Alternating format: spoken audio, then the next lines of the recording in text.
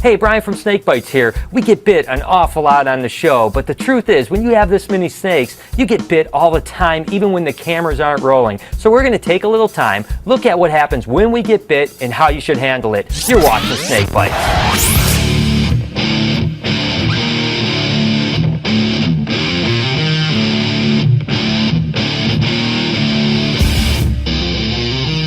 I remember once when I actually got bit by this very animal, and I gotta tell you, a bite by an animal this size is definitely not something that makes your day very good.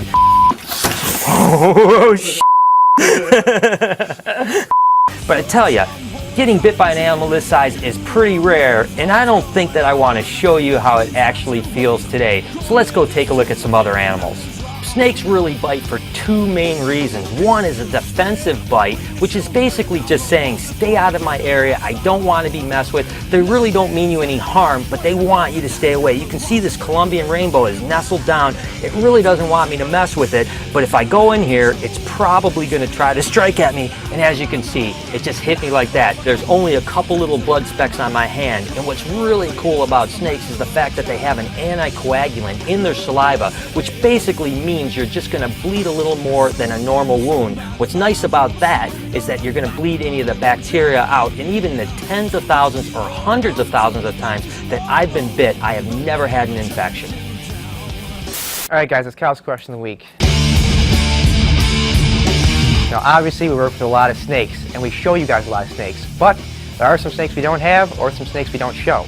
I want to know from you guys, what are some morphs that you want to see from us, whether it be in our collection or we have to highlight in somebody's collection? Text or video comment below. Let us know. The second type of bite that's very common with snakes is what we call a feeding response bite. Now these bites hurt a lot more because the animal actually is thinking of you as food. It often happens when you're just opening up the cage, or sometimes when you're feeding an animal and it misses the food, it grabs onto you and it hangs on, and I tell you, they really grip you, and it's not a fun thing. I'm going to show you with this calking what I mean. You can see it's really hungry, and if it thinks that I'm food, it's just going to come up and grab my hand, just like a meal, just like that. And you can see it's pinching. You can see how it's pinching the skin. I got to tell you, it's a little bit uncomfortable. But unlike Chewy, I'm not a little baby and crying about it. Now the bad thing about this is, like I said, it's thinking I'm going to get. It's thinking that it's actually going to eat me. And of course, this little snake can't eat me at all, but it's not going to let go. Now, ironically enough, we've tested a ton of different ways to get snakes off. And as a matter of fact, a lot of them have come from viewers like you that have just wanted to see Chewy get tortured. And most of them don't work whatsoever. But the one technique that we've used that works every single time, believe it or not, is Listerine. This works every single time. And what we do is we just take a little bit in a cap, and as you can see, all the blood's coming on here, and we just barely pour a little bit on it, and that's basically a feeding response.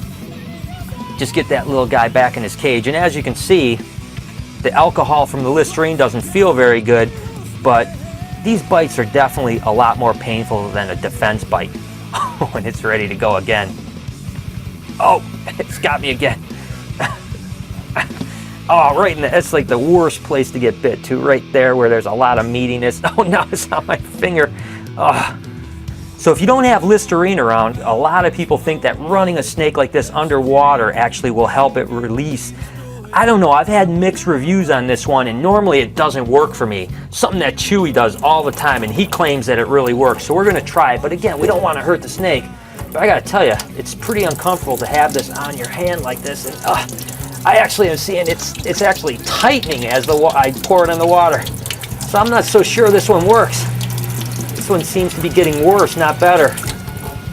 I don't know. I think I'm going to go back to the Listerine. This water thing just doesn't seem to be working whatsoever. One more thing that I have to add about the Listerine. Obviously, this doesn't hurt the snake in any way. After all, we actually use it as people. If they let us use it, there's obviously nothing harmful to the animal. There's a couple things that I really want to stress about getting bit by snakes. Number one, the fear of getting bit is way worse than actually getting bit. The other thing is if a snake actually bites you, and if it does hang on, and I'm not sure this one will or won't, ow! The biggest thing is to not hurt the snake. You can't really pry the snake off, but the fact of the matter is like I said, even snakes like this that are really feisty and will bite you on with no problem at all. As you can see, it's really not that big of a deal, and we kind of make fun of it here at BHB. We don't want our snakes to bite, but when they do, it's no big deal. Again, it's just part of working with reptiles. And not all snakes are going to be biters. In particular, these hognose, even when they're defensively biting, they actually never open their mouth, so they actually just butt your head. But as you can see, even with this guy being a little feisty, you could just pick him up like nothing. I can't stress enough to the fact that most snakes are super tame, and they never really want to bite, and they make fantastic pets. So I never want to give you guys the impression that snakes are mean and they bite all the time, because the truth is, with tens of thousands of snakes, we hardly ever get bit by 99.9% of them. Hiya, I am Geronimo. On Thanksgiving Day, we like to bob for cranberries. Here is bobbing for cranberries.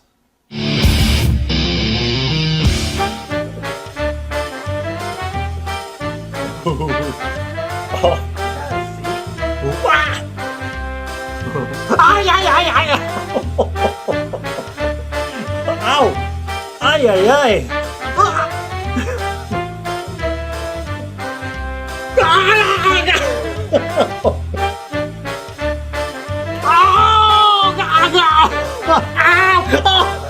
Come on.